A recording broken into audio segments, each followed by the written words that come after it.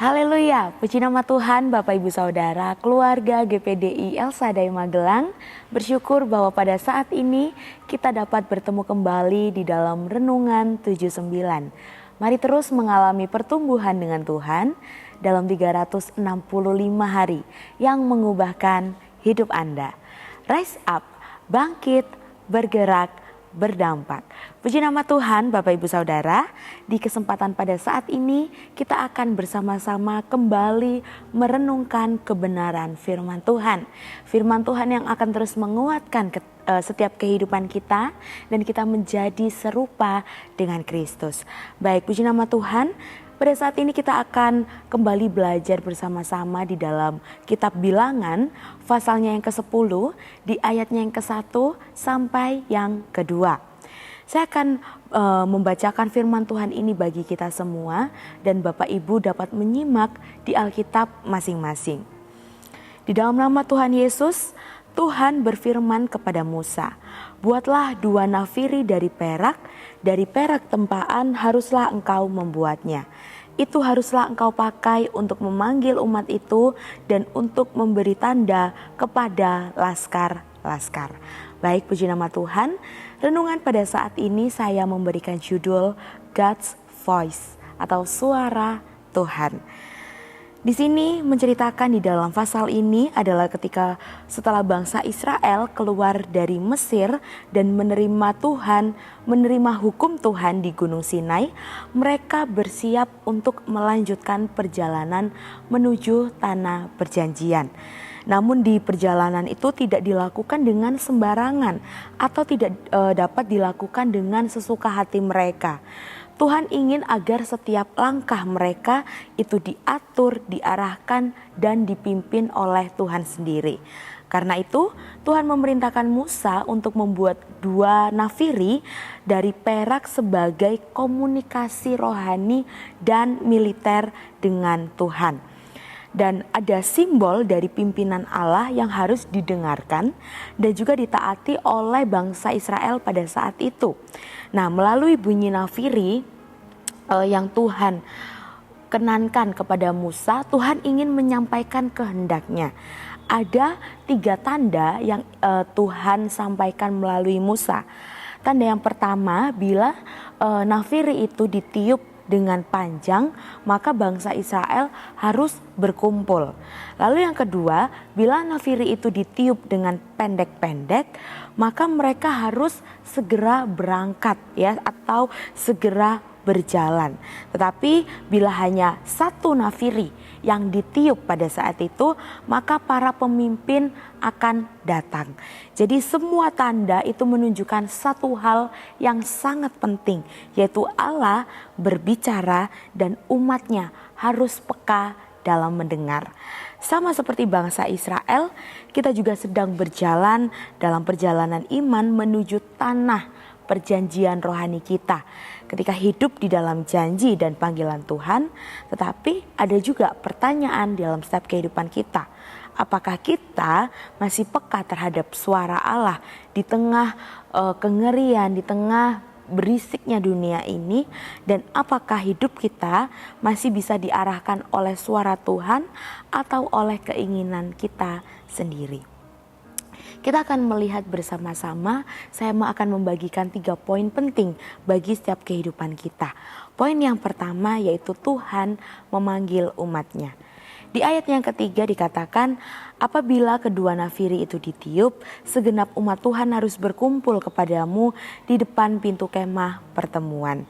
Ketika nafiri ditiup panjang, maka seluruh bangsa Israel dipanggil untuk berkumpul dan bersekutu di hadapan Tuhan. Ini melambangkan bagaimana panggilan Allah untuk umatnya harus datang beribadah, mendekat, dan bersekutu dengan Allah. Tuhan selalu memanggil setiap umatnya untuk datang, bagaimana lewat firman, lewat hati nurani, atau peringatan secara rohani. Tetapi seringkali kita sibuk dan tidak mendengar panggilan itu.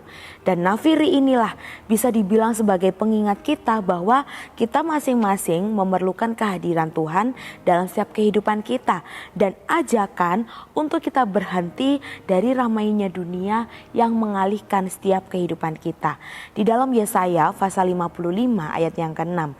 Di sana dikatakan, carilah Tuhan selama ia berkenan ditemui, berserulah kepadanya selama ia dekat. Jadi setiap hari Tuhan memanggil setiap kehidupan kita melalui berbagai cara. Lewat firman Tuhan, lewat ibadah, bahkan keadaan hidup kita. Saat dia memanggil, jangan pernah tunda. Jadi kita mau datang dalam keadaan kita berdoa kepadanya, dalam puji-pujian kita, dalam persekutuan kita dengan Tuhan. Seperti bangsa Israel yang segera berkumpul, dan kita pun juga harus cepat tanggap terhadap panggilan Tuhan. Lalu yang kedua, Tuhan menuntun umatnya. Dikatakan di dalam Bilangan pasal yang kelima pasal yang ke-10, di ayat yang kelima sampai yang ke-6. Di sana dikatakan, apabila kamu meniup tanda semboyan kedua kalinya, maka haruslah berangkat laskar-laskar yang berkemah di sebelah selatan. Jadi tanda semboyan harus ditiup untuk menyuruh mereka berangkat. Tetapi untuk menyuruh jemaah itu berkumpul, kamu harus meniup saja tanpa memberi tanda semboyan. Jadi setiap bunyi nafiri itu memiliki arti yang berbeda. Seperti yang saya katakan di awal tadi, tidak setiap waktu umat Tuhan bangsa Israel boleh pergi, boleh berangkat. Mereka hanya boleh melangkah ketika suara nafiri itu dibunyikan. Di sini menegaskan bahwa perjalanan iman tidak dapat dilakukan hanya dengan keinginan pribadi, tetapi perlu adanya keselarasan hati dengan kehendak Tuhan.